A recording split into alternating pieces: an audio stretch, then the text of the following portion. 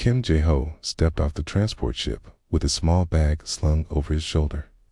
The metal floor of the docking bay felt strange under his feet after weeks of travel through space.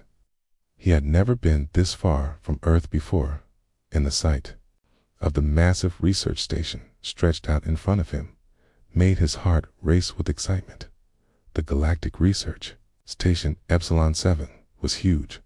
It floated in the dark space around a distant planet, its lights twinkling like stars.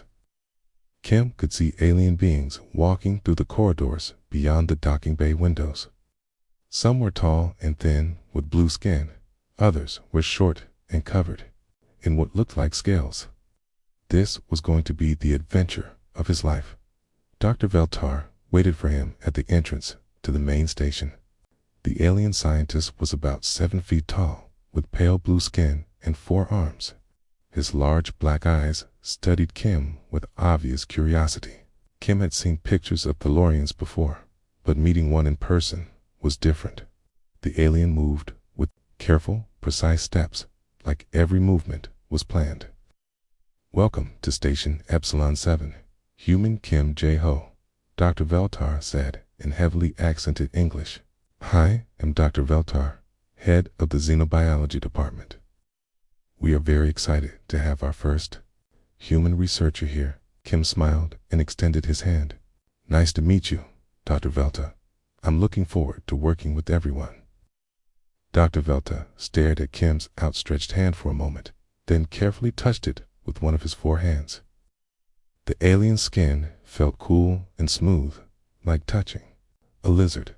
Several other alien scientists gathered around them, all staring at Kim with wide eyes. "These are my research assistants," Dr. Veltar explained, gesturing to the group. "Quindel, Morthic, and Zillera. They have been studying theoretical Deathworld biology for many years, but you are the first actual Deathworld specimen they have encountered." Kim felt a bit uncomfortable being called a specimen, but he understood their curiosity. Earth was considered one of the most dangerous planets in the galaxy, and humans were still new to the galactic community. Most aliens had never seen a human before. "Let me show you to your quarters," Dr. Veltar said, leading Kim through the station corridors. "You must be tired from your journey." The corridors were wide and well lit, with alien script covering the walls. Kim saw more alien beings as they walked, all of them stopping to stare at him as he passed. Some whispered to each other in languages he couldn't understand. A few even pulled out small devices to take pictures of him. Kim's quarters were simple, but comfortable. The room had a bed, a desk, and a small kitchen area. There was also a large window that looked out into space. Kim could see the planet they were orbiting, a brown and green world that looked peaceful from this distance. "I brought some things from Earth," Kim said, opening his travel bag. "Personal items to make me feel more at home." He pulled out a small cooler and set it on the desk. Inside were several bottles and cans of his favorite drinks from Earth. Dr. Veltar, his assistants, watched with intense interest as Kim unpacked his belongings. "What are those containers?" Quindel asked, pointing at the cooler with one of her thin fingers. "Oh, these are just some drinks from home," Kim replied casually. "I get thirsty, and the station's water doesn't taste like what I'm used to." Dr. Veltar moved closer to examine the bottles. His large black eyes reflected the light as he studied the labels. "May I scan these items? For scientific purposes, of course." "Sure. Go ahead," Kim said with a shrug. He was used to aliens being curious about human things. Dr. Veltar pulled out a small device that looked like a scanner. "Hi." He pointed it at the bottles and cans, and the device began beeping rapidly.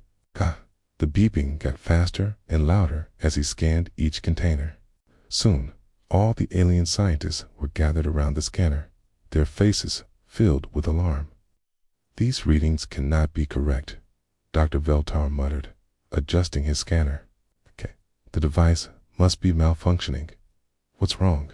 Kim asked, genuinely confused by their reaction. "According to our scans, these containers hold Category 4 toxins," Quindel said, her voice shaking. Ethanol, caffeine, and various acidic compounds. These substances are lethal to all known sentient species. Kim laughed, thinking they were joking. Lethal? These are just beer and coffee. I drink this stuff every day. The alien scientists exchanged worried glances. Dr. Velter scanned the containers again, but the readings were the same. The drinks contained chemicals that their databases classified as dangerous poisons. Perhaps your species has developed some kind of immunity, Dr. Veltar suggested, hopefully. Or maybe these are specially treated versions that are safe for human consumption.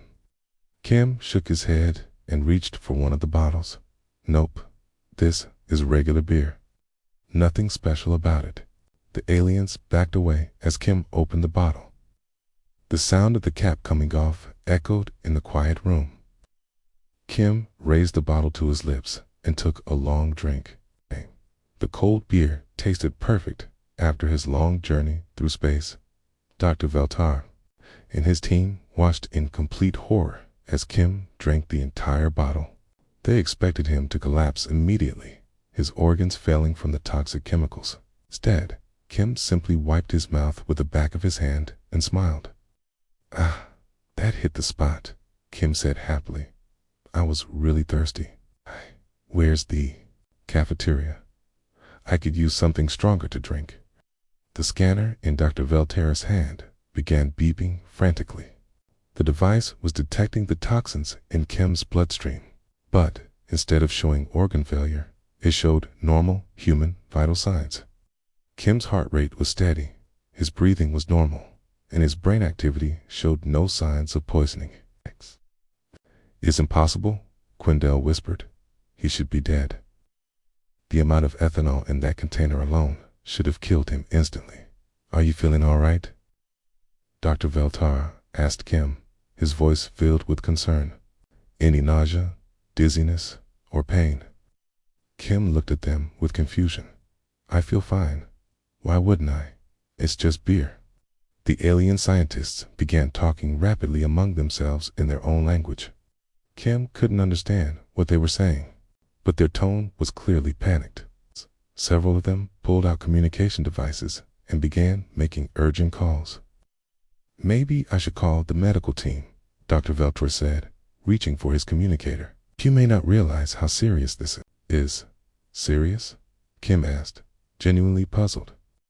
What's serious about having a drink? Before Dr. Veltar could respond, the station's emergency alarm began to sound.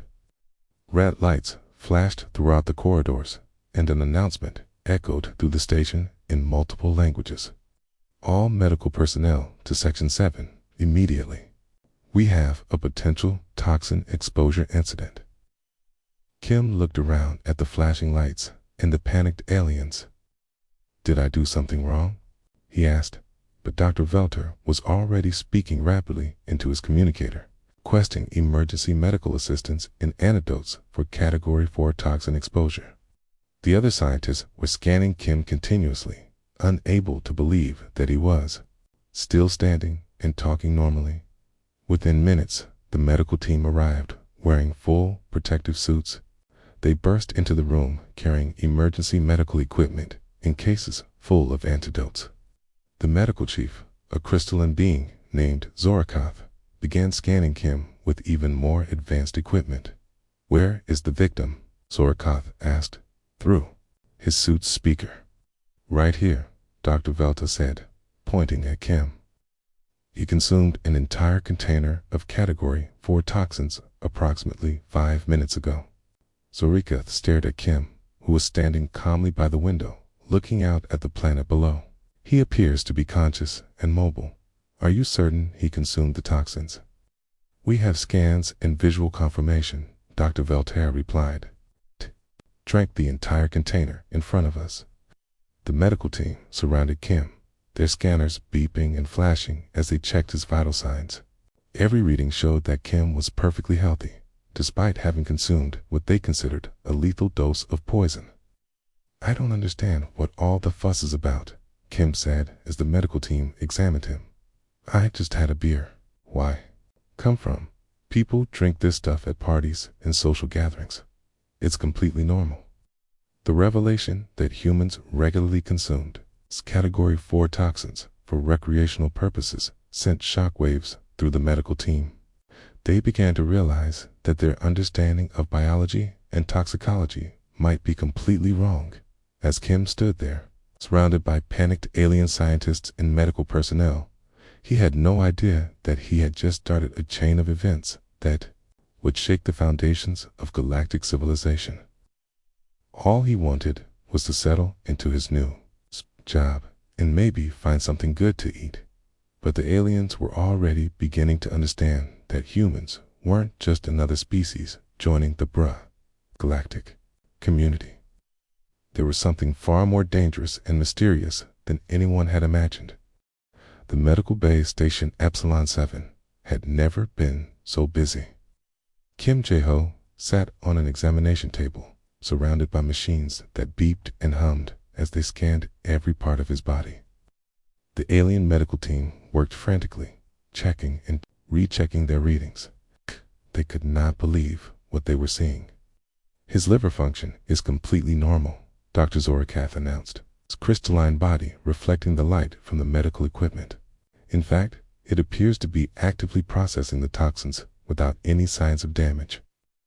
Dr. Veltar stood nearby, reviewing the scan results on a large display screen. This should not be possible. The ethanol levels in his bloodstream would kill any known species within minutes. Yet his organs show no signs of stress or failure. Kim watched the aliens with growing amusement. I keep telling you, it's just beer.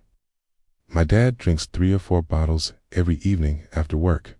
My uncle can drink a whole case and still drive his truck home. The medical team froze. Dr. Zorakath turned to stare at Kim with wide, glowing eyes. Your family members consume multiple doses of these toxins regularly. Sure, Kim said with a shrug. It's pretty normal where I come from. Some people drink wine with dinner, others prefer beer or stronger stuff. My grandmother makes her own moonshine that could probably strip paint. The aliens exchanged horrified looks. Dr. Veltar immediately activated his communication device. I need to contact Earth authorities immediately. This human may be part of some kind of advanced military program. Military program? Kim laughed. I'm just a regular guy from Seoul. I studied biology in college and got lucky enough to be chosen for this assignment. But the aliens were not listening. They were convinced that Kim represented some kind of genetically enhanced cult soldier. Dr. Veltar spent the next hour sending urgent messages to Earth, demanding explanations about human biological modifications. 3 days later, another transport ship arrived at the station. Dr. Lee Min-young stepped off the ship carrying 2 large cases and looking slightly annoyed. She was a biochemist from the same university as Kim, and she had been sent to explain what the aliens called the human poison resistance phenomenon. Kim, she called out as she entered the medical bay. What did you do to scare these aliens so badly? Kim grinned and waved from his examination table. I just had a beer. They think I'm some kind of superhuman now. Lee shook her head and set down her cases. The Earth Council sent me to give these scientists a basic lesson in human biology. They seem to think you're either dying or you're a secret weapon. Dr. Veltar approached Lee cautiously. Dr. Lee Min-young, I presume. We are very concerned about your colleague's condition. He has consumed deadly toxins and shows no ill effects. Deadly toxins. Lee opened one of her cases and pulled out a thermos. You mean like this coffee? She unscrewed the cap and took a long drink. The rich smell of coffee filled the medical bay. The alien medical equipment immediately began detecting caffeine substance. Their databases classified as a dangerous stimulant. Stop, Dr. Zorakath shouted.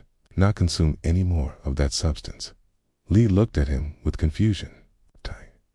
Just coffee. I need caffeine to stay awake after that long trip. She took another drink, and the medical scanners went wild. The aliens watched in horror as Lee's heart rate increased slightly, which they interpreted as the beginning of cardiac failure. But Lee just smiled and offered the thermos to Kim. "Want some? I brought your favorite blend." Kim took the thermos and drank from it happily. "Thanks. I've been missing good coffee. The station's beverages taste like water." The medical team was now in complete panic. They had 2 humans consuming different types of toxins, and both appeared to be perfectly healthy. Dr. Veltar began making emergency calls to the Galactic Council. "We need to understand what we're dealing with," he said to Lee. "Are all humans capable of this kind of poison resistance?" Lee sat down and opened her second case. Inside were various items from Earth: chocolate bars, tea bags, bottles of hot sauce, and containers of fermented food. "These aren't poisons," she explained patiently. "These are normal human foods and drinks. Let me show you." She unwrapped a chocolate bar and took a bite. The alien scanners detected theobromine, another substance their databases marked as toxic. Lee offered pieces to Kim, and they both ate the chocolate while discussing their research projects. "The theobromine levels are rising in both subjects," one of the medical assistants reported. "They should be experiencing seizures by now." "Seizures?" Kim asked. "From chocolate." "Okay. I eat this stuff when I'm stressed.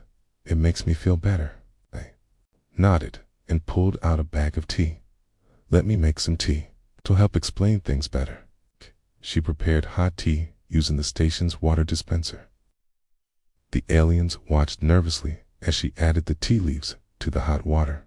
Their scanners detected tannins and other compounds that were classified as harmful. "This is getting worse," Dr. Zorikath muttered. "Now they're brewing concentrated toxins." Lee poured 2 cups of tea and handed one to Kim. They both drank the tea while the aliens watched in amazement. The humans showed no signs of poisoning, organ failure, or distress. "Let me contact Professor Choi back on Earth," Lee said, pulling out her communication device. "He can explain this better than I can." A few minutes later, the large screen in the medical bay displayed the face of an elderly Korean man. Professor Choi Sungmin was one of Earth's leading experts on human biochemistry. "Greetings," Professor Choi said in accented English.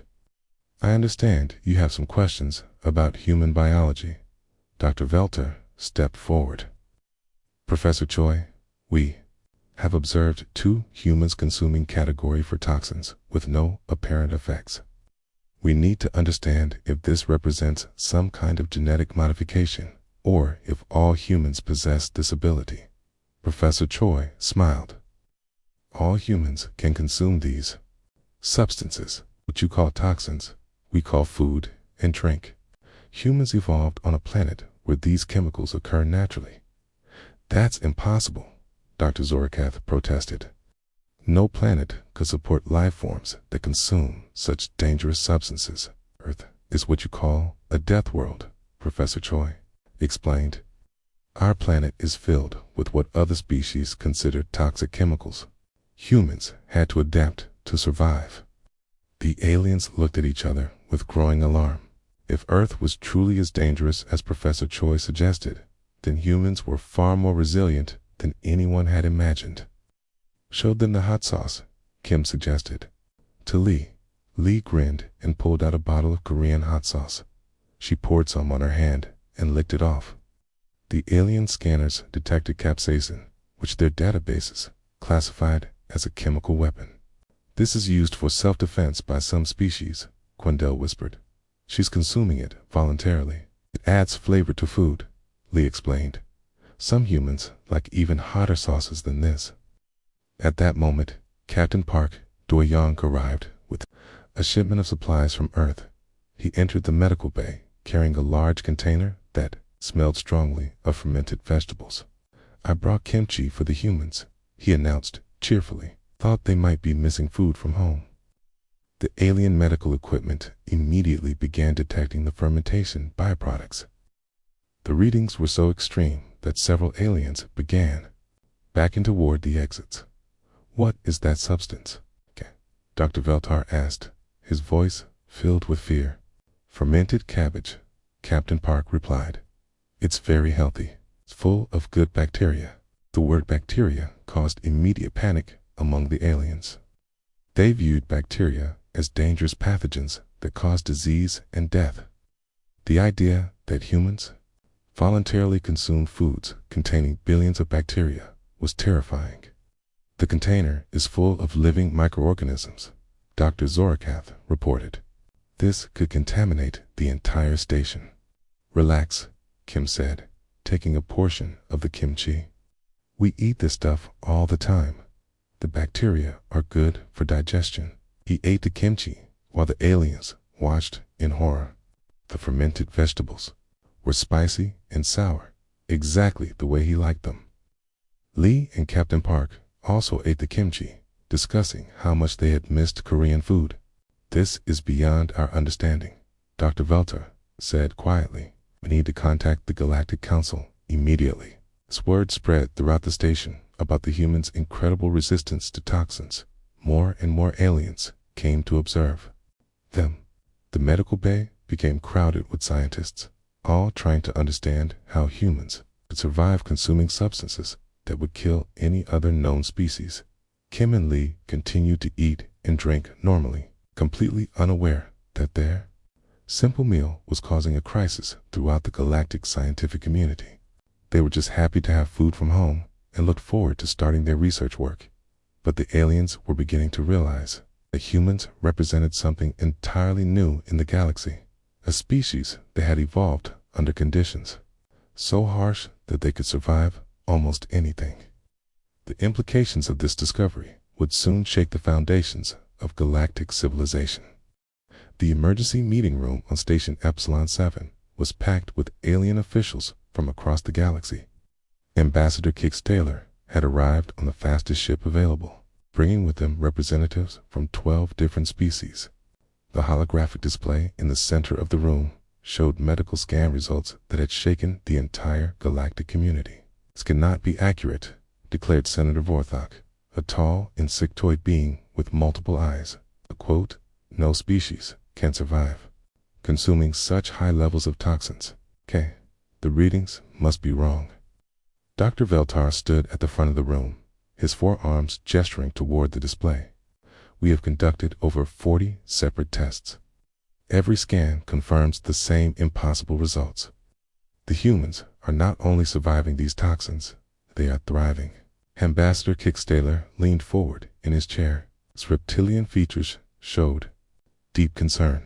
Dr. Veltar, are you suggesting that humans have developed some kind of advanced medical technology, perhaps nanobots or genetic modifications? Ambassador, Dr. Veltar replied. We have scanned 4 artificial enhancements. There are none. This appears to be natural human biology. In the station's main laboratory, Kim Jae-ho and Dr. Lee Min-young sat at a table eating lunch. They were unaware of the emergency meeting taking place just 3 floors above them. Kim was enjoying a sandwich with spicy mustard, while Lee sipped green tea and ate dark chocolate. I don't understand why they're so worried, Kim said between bites. It's just food. Lee nodded, reading a report on her tablet. They keep asking me about secret human experiments. I tried to explain that my grandmother has been drinking coffee for 70 years, and she's perfectly healthy. Nearby, alien scientists observed every bite they took. The scanner showed that Kim's mustard contained compounds that would cause severe burns in most species. Lee's chocolate had enough theobromine to kill a Thylorian in minutes. Yet both humans ate calmly, discussing their research projects. Dr. Yoon Hae-won appeared on the communication screen, calling from Earth's medical research facility. She was a toxicologist who had been asked to explain human poison resistance to the galactic community. Dr. Yoon, Dr. Veltar said eagerly, we need to understand how humans can survive consuming category for toxins. Is this a recent development in human evolution? Dr. Yoon smiled and held up a small bottle. This is aspirin. Most humans take it for headaches. Your databases probably classify it as a dangerous toxin. She swallowed 2 pills while the aliens watched in horror. The scanners detected salicylic acid, a compound that was indeed classified as hazardous to most galactic species. "Stop," Dr. Zorikoth shouted from the medical bay. "That substance causes internal bleeding and organ failure. It's only in large amounts," Dr. Yoon replied calmly. "Humans have been using medicines like this for centuries. Our bodies can handle these chemicals because we evolved to process them." The ambassador's meeting grew more tense as Dr. Yoon continued her demonstration.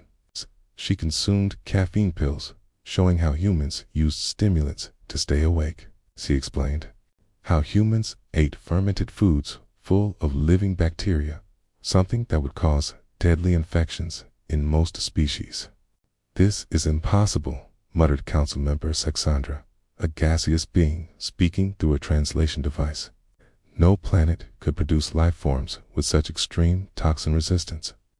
Professor Choi Sung-min joined the video conference from his office in Seoul. The elderly scientist had spent his career studying human biochemistry and evolution. "Honorable council members," Professor Choi began, "I understand your concern, but you must realize that Earth is what you call a death world. Our planet is extremely hostile to most forms of life." "How hostile?" Ambassador Kickstaler asked. Professor Choi pulled up a holographic display showing Earth's atmosphere. "Our air contains 21% oxygen, which is highly corrosive. Most species cannot breathe it without protection. Our water is full of competing microorganisms. Our plants produce toxins to defend themselves from being eaten." The alien officials stared at the display in shock. They had known Earth was classified as a death world, but they had not understood how extreme the conditions were. Humans had to adapt or die, Professor Choi continued. "We developed resistance to oxygen toxicity, bacterial infections, and plant poisons. What you call deadly toxins are simply part of our everyday environment." Dr. Veltar asked a question that was troubling everyone. "Professor, are all humans capable of this level of toxin resistance?" "Yes," Professor Choi replied simply. "Every human can consume these substances. Children start drinking milk containing bacteria when they are babies. Teenagers consume high levels of caffeine. Adults regularly consume alcohol and spicy foods. This is normal for our species." The revelation sent shockwaves through the meeting room. If every human possessed this incredible resistance, then there were billions of beings in the galaxy who could survive in conditions that would kill anyone else. Back in the laboratory, Kim and Lee were preparing for their afternoon demonstration. Dr. Yoon had requested that they show the aliens how humans consumed various Earth substances in normal daily life. "I brought some soju from my last trip home," Kim said, pulling out a bottle of Korean liquor. "Aunt Lee has some of that really spicy ramen." Lee grinned and opened a package of instant noodles. The spice level was marked as extreme even by human standards. She boiled water and prepared the noodles while Kim opened the soju bottle. The alien observers backed away as the scanners detected the alcohol content in the soju. The capsaicin levels in the ramen were so high that several aliens left the room entirely. "This is madness," Dr. Zorikath whispered. "They are about to consume enough toxins to kill a ship full of Thalorians." Kim and Lee ate the spicy noodles and drank the soju as if it were a normal meal. They chatted about their families back home and their plans for research on the station. The aliens watched in amazement as the humans showed no signs of distress. "The alcohol content in his bloodstream is rising rapidly," one technician reported. "He should be unconscious by now. And the capsaicin levels would cause severe burns in any known species," added another. But Kim and Lee continued eating and drinking normally. Kim's face was slightly red from the spicy food, but he seemed to enjoy it. Lee complained that the noodles were not spicy enough and added more hot sauce. The demonstration was being broadcast live to the emergency council meeting. The alien officials watched in stunned silence as the humans consumed what they considered chemical weapons for entertainment. "We need to understand the implications," Ambassador Kickstaler said quietly. If humans can survive in conditions that would kill us, what does this mean for galactic civilization? Senator Vorthok, multiple eyes focused on the display. Means they could colonize planets that are uninhabitable to everyone else. They could survive in environments where no other species can exist. The fear in the room was obvious. Some officials began to whisper about whether humans represented a threat to galactic security. Others wondered if humans could be used as biological weapons. Dr. Veltar tried to calm the growing panic. The humans appeared to be peaceful. They came here for scientific research, not conquest. But what if they changed their minds? Council member Alexandra. What if they decide to expand into our territories? We could not stop them with conventional weapons if they can survive our most deadly toxins. The meeting continued for hours as officials debated what to do about the human situation. Some wanted to restrict human movement through the galaxy. Others suggested forming alliances with Earth to benefit from human abilities. Meanwhile, Kim and Lee finished their meal and went back to their research. They were studying alien plant samples, completely unaware that their simple lunch had caused a crisis among the galaxy's most powerful leaders. "I should call my mom tonight," Kim said, cleaning up their dishes. "She's probably worried about me eating alien food." Lee laughed. "Tell her the alien food is actually pretty bland. Nothing compared to what we're used to at home." As night fell on the station, the aliens continued their emergency meetings. They were beginning to realize that humans were not just another species joining the galactic community. They were something entirely new and potentially dangerous. Revelation that humans were natural survivors of extreme toxin exposure had changed everything. The galaxy would never be the same. The news spread across the galaxy like wildfire within 48 hours. Every major news network was broadcasting stories about the humans who could drink poison and survive. Some called them miracle beings. Others called them dangerous mutants. Fear and fascination mixed together as billions of aliens learned about Earth's deadly inhabitants on the planet Thylos Prime. Millions of blue-skinned Thylorians watched their news broadcasts in shock. The reporter, a distinguished journalist named Cole Mari, spoke in trembling tones. "Citizens of Thylos, we have confirmed reports that humans regularly consume substances that would kill our entire population. Military experts are now questioning whether Earth represents a biological threat to our civilization." General Han Taejan arrived at Station Epsilon 7 with a full military escort. His ship carried advanced Earth Defense Force equipment and a team of specialists. The general was a serious man with graying hair and sharp eyes. He had served in Earth's military for 30 years and understood the importance of first contact situations. "Dr. Veltar," General Han said as he entered the station's main conference room, "I understand there has been some confusion about human biology." Dr. Veltar bowed respectfully. "General Han, we are grateful for your arrival. Galactic community is very concerned about the implications of human toxin resistance." General Han nodded and activated a holographic display. "I have brought Dr. Nam Sujin, our leading expert on human evolution. She has data that should help explain our biology." Dr. Nam was a small woman with kind eyes and graying hair. Spent her career studying how humans adapted to Earth's harsh environment. Her research files contained thousands of years of human evolutionary history. "Honored aliens," Dr. Nam began, "I want to assure you that humans are not biological weapons.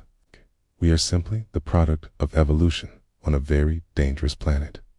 She displayed images of Earth's history, showing how early humans survived ice ages, volcanic eruptions, and diseases that killed most other life forms.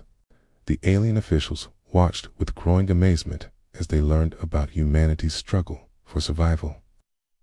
Our ancestors had to eat whatever they could find, Dr. Nam explained. Many plants were poisonous, but humans learned to process these toxins. Our digestive systems evolved to handle dangerous chemicals. In the station's communication center, Agent Lim Junho was monitoring galactic news networks and government communications. He was a quiet man who worked for Earth's intelligence service, and what he was seeing worried him greatly. General, Agent Lim reported privately, "We have a problem. Several alien governments are considering humans to be a potential threat. Some are talking about restricting human travel. Others are discussing more extreme measures." General Han frowned as he read Agent Lim's report. The galactic community was splitting into two groups: those who feared humans and those who wanted to use human abilities for their own benefit. On the mining world of Zarian, 4, the insectoid clactor species had called an emergency meeting. Their leader, Queen Hyxandra, addressed her people through telepathic networks. "The humans represent a danger we cannot calculate," she declared. "If they can survive our most deadly poisons, how can we defend ourselves if they become hostile?" Similar meetings were taking place across the galaxy. The peaceful Aquarian species considered evacuating planets near human space routes. The warrior Saurians began discussing whether to attack Earth before humans could spread throughout the galaxy. But not everyone feared the humans. On the desert world of Aridas, the struggling colonists saw humans as potential saviors. Their crops were failing because the soil contained natural toxins that killed most galactic species. "Humans can survive these poisons," said colony leader Paxton. "Maybe they can help us grow food in this toxic environment." Back on Station Epsilon 7, Kim Jae-ho and Dr. Lee Min-young were becoming aware of the crisis their presence had caused. They watched news broadcasts showing alien protesters demanding human restrictions. "I don't understand," Kim said sadly. "We came here to do research and make friends. Now they're afraid of us." Dr. Lee put her hand on his shoulder. "It's not your fault, Kim. They just don't understand that we're not trying to hurt anyone." Situation became more complicated when industrial representatives arrived at the station. They wanted to hire humans to work in environments that were too dangerous for other species. Some offered huge amounts of money for human colonists to settle toxic worlds. "Kana, this is exactly what we were afraid of," General Han told his team. "They're starting to see humans as tools instead of people." Dr. Nam continued her presentations to alien officials, trying to explain that human toxin resistance came with limitations. "We are not invincible," she stressed. "We can be hurt and killed like any other species. We just happen to tolerate certain chemicals better than others." But her explanations were often lost in the growing panic. Fear-mongering politicians used human abilities to scare their populations. Some claimed that humans were planning to poison alien water supplies or contaminate their food. The crisis reached a breaking point when the Confederation of Peaceful Worlds called for an immediate ban on human travel outside Earth's solar system. Their representative, Speaker Kothera, made an emotional plea to the Galactic Council. "How can we allow beings who drink poison to move freely among our worlds?" she asked. "What if they accidentally contaminate our environments? What if their very presence makes our planets uninhabitable?" Agent Lim intercepted communications showing that some alien military forces were positioning ships near Earth. The situation was becoming dangerous for both humans and aliens. General Agent Lim reported 3 different species have activated their defense fleets. They're not planning to attack yet, but they're preparing for the possibility. General Han realized that the misunderstanding about human biology was pushing the galaxy toward conflict. Earth had just joined the galactic community, and already they were being treated as a threat in the station's laboratory. Kim and Lee tried to continue their research, but it was becoming impossible. Alien scientists either avoided them completely or studied them like dangerous specimens. The friendly cooperation they had hoped for was disappearing. Maybe we should go home, Lee suggested. This isn't working out the way we planned. Kim looked out at the stars through the laboratory window. But we came here to learn about the galaxy, to show that humans can work with other species. We leave now. It proves they're right to be afraid of us. Tevelta entered the laboratory, looking tired and worried. I'm sorry about all this, he said to Kim and Lee. I never meant for our research to cause such problems. It's not your fault either, Kim replied. We all just wanted to understand each other better. The Thalorian scientist nodded. Sadly, the galaxy is not ready for humans. Your abilities frighten people who have never faced the dangers of a death world. The crisis deepened. More extreme voices began to emerge. Some alien groups called for the complete isolation of Earth. Others suggested that humans should be studied and possibly experimented upon to understand their abilities. They want to turn us into laboratory animals, Lee said after reading the latest news reports. Some of these proposals are talking about taking human samples for medical research. General Han called an emergency meeting with Earth's government. The situation required immediate diplomatic action before it spiraled into something much worse. The galaxy is panicking, he reported to Earth's leaders. Half of them want to lock us away. The other half want to exploit us. We need to find a way to calm this situation before someone does something stupid. Council Chairman Vexidris, the supreme leader of the Galactic Council, announced that he would personally travel to Station Epsilon 7 to assess the human situation. This decision would determine humanity's future in the galactic community. As his ship approached the station, both humans and aliens waited nervously for what would happen next. The fate of human-alien relations hung in a balance, and no one knew whether the crisis could be resolved peacefully. Kim and Lee packed their belongings, unsure whether they would be staying at the station or returning to Earth. The simple act of drinking beer had somehow become a galactic incident that threatened everything they had hoped to achieve. The galaxy held its breath, waiting to see whether humans would be welcomed as equals or treated as dangerous outsiders forever. Council Chairman Vexidris was the oldest being in the galactic government. He had lived for over 800 years and had seen many species join the galactic community. His ancient eyes had witnessed wars, peace treaties, and the rise and fall of entire civilizations. When his massive ship docked at Station Epsilon 7, everyone knew that humanity's future hung in the balance. The chairman was a tall, graceful being with silver skin that seemed to glow with inner light. His species, the Eternals, were known for their wisdom and fair judgment. As he walked through the station corridors, aliens and humans alike bowed respectfully. Chairman Vexidris, General Han said, greeting the ancient leader. Thank you for coming personally to resolve this situation. The chairman nodded slowly. General Han, I have come because this crisis threatens the stability of our entire galactic community.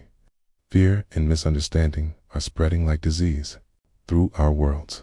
Behind the chairman walked Elder Morathan, another ancient being who served as his advisor.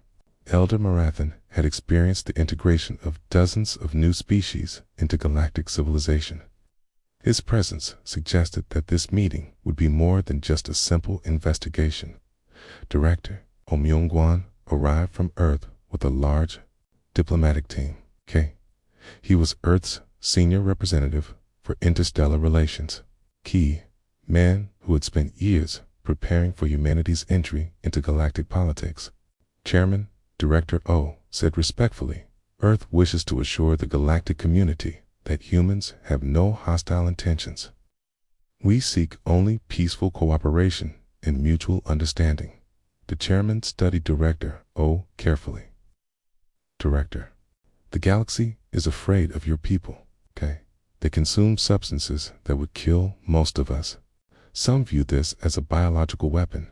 Others see it as proof that humans are too dangerous to exist alongside other species. In the station's main conference room, representatives from 50 different species had gathered. The room was filled with beings of all shapes and sizes: crystalline Soltharians, gaseous nebulans, insectoid clactors, and many others. The tension in the room was overwhelming. Dr. Shin Yun-bai, Earth's leading xenopsychologist, worked quietly with alien mental health specialists. She had been studying the psychological impact of human abilities on other species. Her research showed that many aliens were experiencing genuine trauma from witnessing humans consume deadly substances.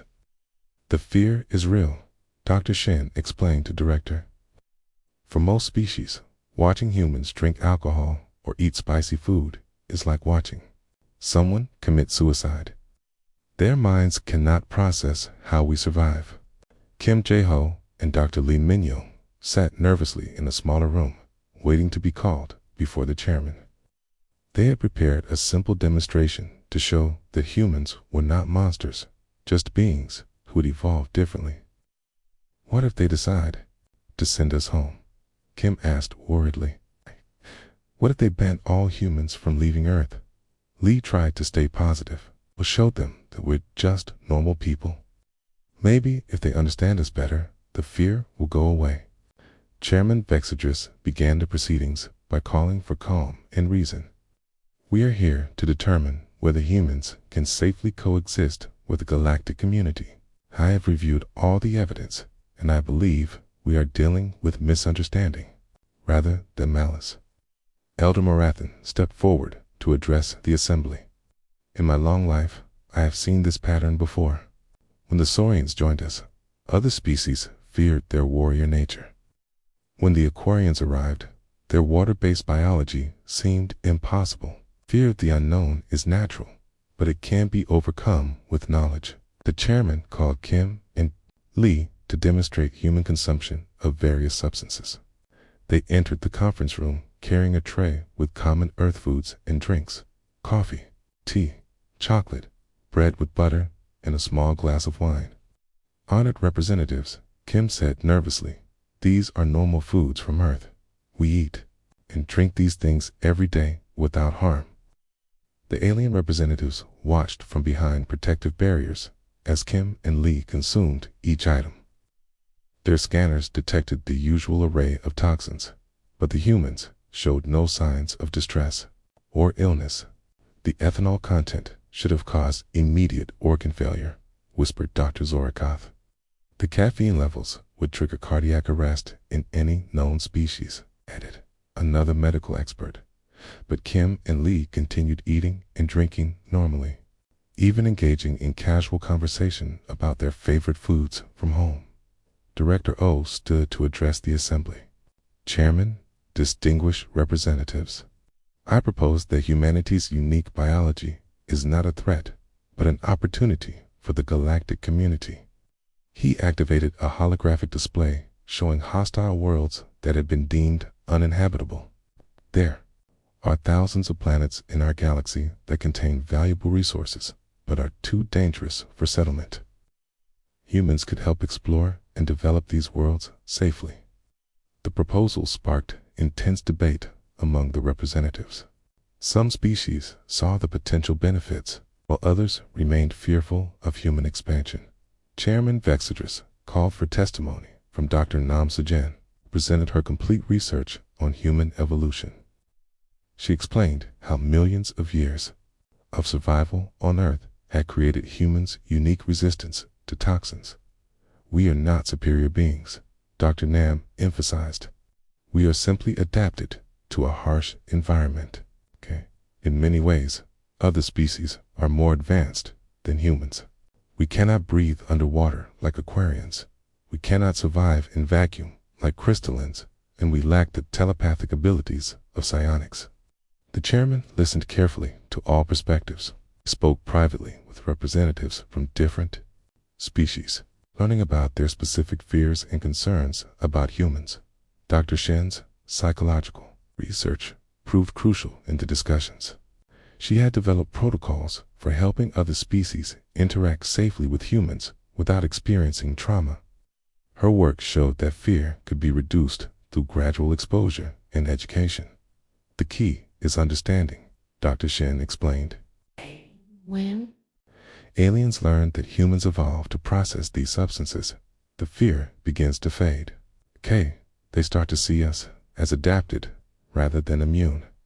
After hours of debate, Chairman Vexidris called for a recess. During the break, something unexpected happened. Several alien scientists approached Kim and Lee with genuine curiosity rather than fear. "Could you teach us about human agriculture?" asked Dr. Pexandra, a botanist from the Verdant Collective. "My people struggle to grow food on toxic worlds. Your knowledge could help us." "Would humans be willing to assist with dangerous rescue missions?" inquired Captain Morglex of the Galactic Emergency Response Team. "We lose many lives in toxic environments that might be safe for your species." The conversations continued throughout the break. Aliens began to see practical applications for human abilities rather than just threats. When the session resumed, Chairman Vexidris had reached his decision.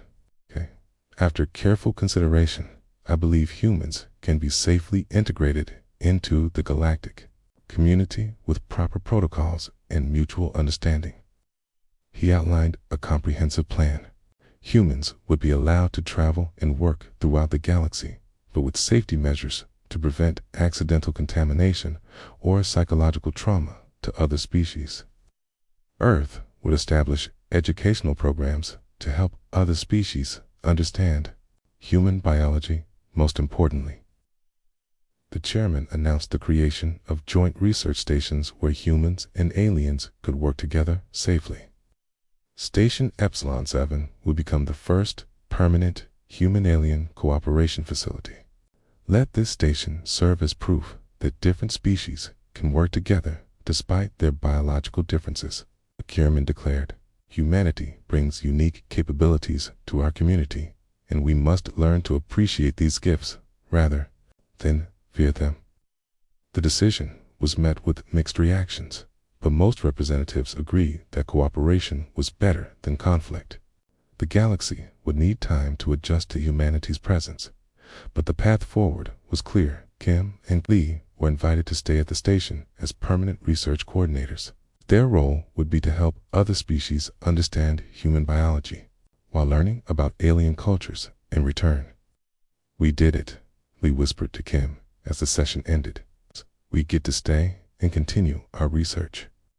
Kim smiled, looking around at the diverse group of alien beings who were now approaching them with curiosity instead of fear. "This is just the beginning. We've so much to learn from each other." Dr. Veltar approached them with obvious relief. "I'm glad you will be staying. Your presence here has taught us more about biology and evolution than decades of theoretical study." As the various representatives prepared to return to their worlds, the atmosphere had changed completely. Fear was being replaced by curiosity and opportunity. The galaxy was beginning to see humans not as a threat, but as valuable partners in exploration and discovery. Station Epsilon 7 became a symbol of successful cooperation between species. Within months, other joint facilities were established throughout the galaxy. Humans helped colonize previously uninhabitable worlds while learning advanced technologies from their alien partners.